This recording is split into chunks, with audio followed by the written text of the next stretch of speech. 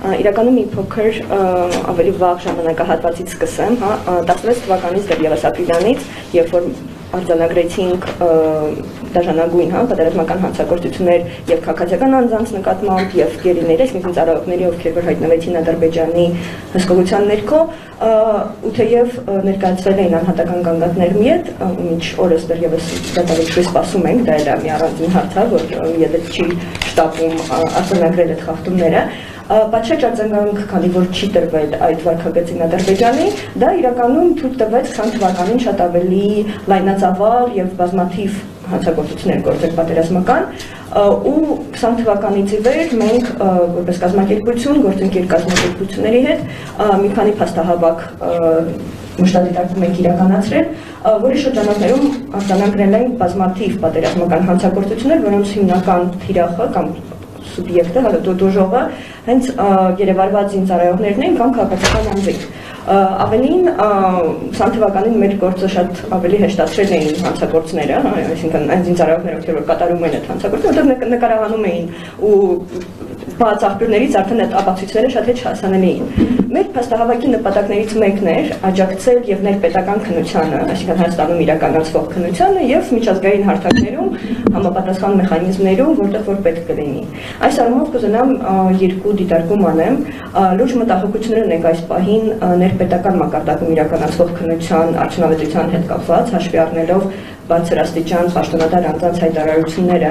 որ երկկողմանի պայմանավորվածության ջենտլմենական համաձայնության համատեքստում դադարեցնում են միջազգային հետախուզումը այդ ենթադրյալ պատերազմական հանցագործությունների վերաբերյալ, այդ թվում այն անձանց, ովքեր որ նույնականացվել են որպես գերիների նկատմամբ հանցագործություններ կատարողներ, այդ թվում սպանություն,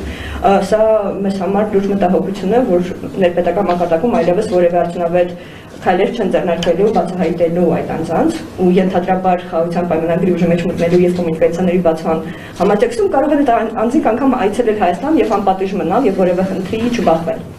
Երկրորդ հարցը, որին կուզենամ անդրադառնամ, վստահ եմ կխոսի դեռևս միջպետական գանգատների հետ քաշման մասին, բայց քանի որ արդեն նշեցի խաղաղության համաձայնագիրը, այստեղ մենք ունենք կրկին լուրջ մտահոգություն եւ քննադատություն, քանի որ այն չի պարունակում որևէ դրույթ, որը նախ կկարգավորեր գերիների անհապաղ վերադարձը, որը թեև Ժնևյան կոնվենցիաներով նախատեսված է, բայց ոչ մեկ չի խանգարում, որպեսզի լրացուցիչ ավելի հստակ երաշխիքներով այդ հարցը կարգավորվեր։ Ավելին դրանից հետո, այսինքն օգոստոսի 8-ից հետո բարձրաստիճան պաշտոնատար անձանց հայտարարությունները Հայաստանի շատ ավելի սահմանափակ են այդ հարցին անդրադառնում եւ վերջին երկու հնարավորությունը միջազգային հարթակներում, որը Հայաստանի վարչապետը կարող էր ունենալ, այսինքն ՄԱԿ-ում եւ ԵԽԽՎ-ում, դա մենք համարում ենք բաց թողնված, ընդ որում հնարավոր է, որ դիտավորյալ բաց թողնված հնարավորություն այդ հարցին անդրադառնալու օգտագործվել է ընդամենը, այսինքն կես նախադասությունը ընդամենը ասել վարչապետը, ասել որ պետք է անազատության մեջ պահվող անձանց հարցը հասցեագրվի։ Ինչը դրա տակ հասկացվում, արդյոք մենք պահանջում ենք, որ այդ անձինք պետք է վերադարձվեն, արդյոք մենք ընդամենը ուզում ենք արձանագրենք, որ իրանք պահվում են, դատվում են, թե ոչինչ չունենք պահանջելու, այդ ու նաև միջազգային հանրությունից, որը անհապաղ ողջունեց այդ համաձայնագիրը եւ կարծես թե մոռացավ, որ շատ մարդու իրավունքների հարցեր մնացին այդ համաձայնագրից դուրս, այդ թվում նաեւ անազատության մեջ պահվող անձանց իրավունքները։ Ինչու ենք մենք մտահոգված այդ հարցով ավելի քան գուցե նախկինում, հաշվի առնելով, որ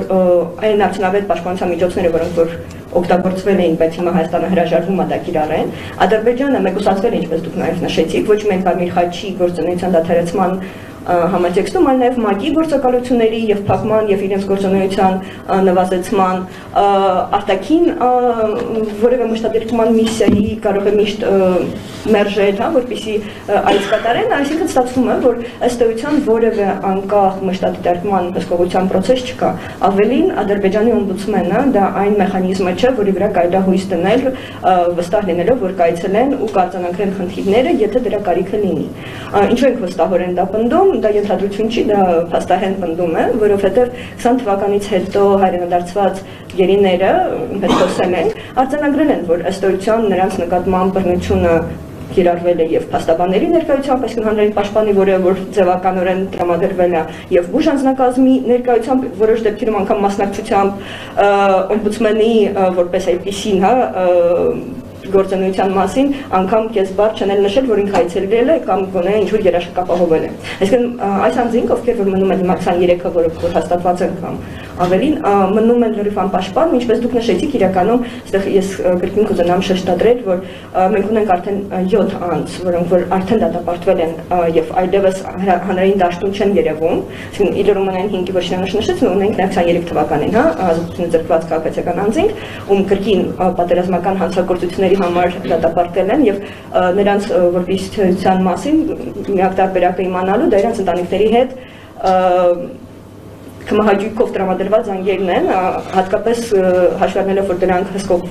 վերահսկվող զանգեր են, այսինքն հնարավոր չի ասել, այսինքն վստահենք, որ այդ անձինք երբեք չեն կարողանա հստակ ասել, թե իրենց հետ ինչ է կատարվում եւ նրանք ունեն աջակցության կամ պաշտպանության կարիք։